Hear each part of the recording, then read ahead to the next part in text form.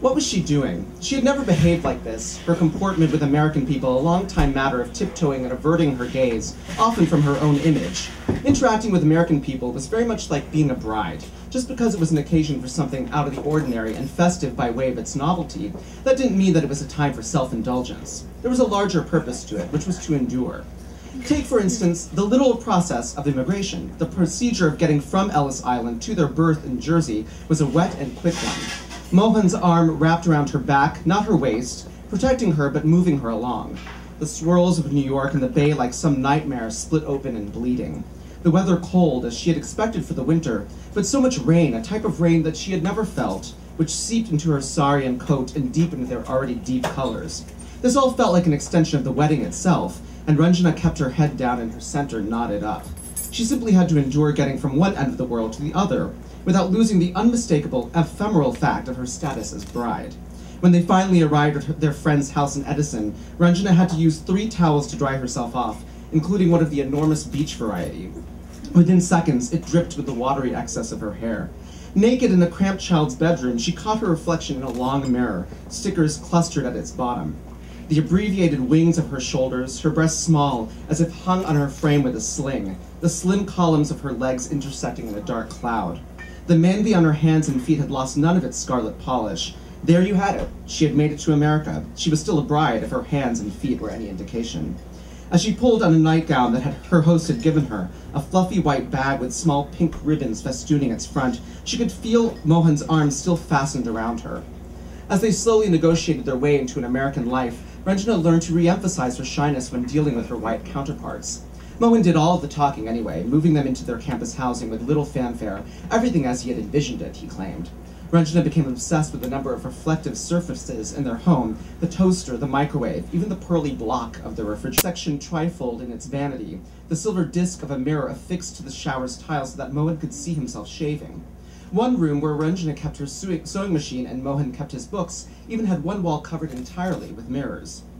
A mural of a flock of geese in a yellow-brown hue was spackled across it, although Ranjana could still catch slivers of her face and her limbs around it. She had never been vain, and she wasn't now either, but the prevalence of mirrors gave her the chance to re-examine her appearance. Perhaps she was not as unimpressive as she had always assumed. The only mirror on which she had relied all her life was the collective reflection of her family's eyes. She had 1 sister and 2 brothers, all older, all now in California, and they had borne the dark eyes and long faces and shiny grins of her parents. She had dark eyes, but set too widely apart, and her face followed suit, broad and uneven. A grin could not thrive under these circumstances, especially not under the unruly mantle of her hair. All of these deficiencies had been pointed out by the suite of aunties who had taken up healthy roost in her childhood home. They packed at her hair and eyebrows, pinched the vulnerable skin at her hips, took her face in their hands and turned it side to side. Successful in their examinations, they had built Ranjana's self-criticism step by step.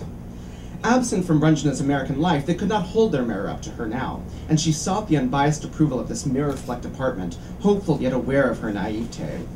She did not make a grand discovery, of course. She was every bit as unimpressive as they had indicated.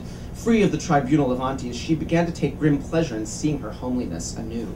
Mohan found her one afternoon as she stared at one of her eyes in a teaspoon, holding it to her face as if looking through a monocle. She brought it to the table in a quick thud. She sensed his assessment of her across the table as if it were an aroma. He dipped a dry biscuit into his tea. He must have found her vulnerability much more flavorful than his snack, and he voiced as much to her later. I go through all of those papers in that tiny office all day, and I know that I'm grading. This is why, like in bed, and you know, such horrible things. But the word was like, yes, please, not amazing. And I know that I'm grading these idiots' homework so that I can come home and take care of you. Her back was turned to him, the warm silhouette of his body aligned with hers. Through her nightgown, she could feel his arousal and wondered how dissatisfied he would be with the whimpering carnal assemblies she had examined in that child's mirror. Mohan breathed into her ear, his breath so hot as to burn her, but he fell asleep before she could be expected to do anything. She watched the numbers on the digital clock of their bedside table as they rearranged themselves in glowing red stick figures. If she strained hard enough in the dark, she could make out her reflection in the face of the clock, blind in spare moonlight, the snoring mountain of Mohan's body behind her. Her eyes seeped into the reflection as she cried new tears, and the moonlight struck them, the night now glowing more brightly off her sadness than anything else in the room.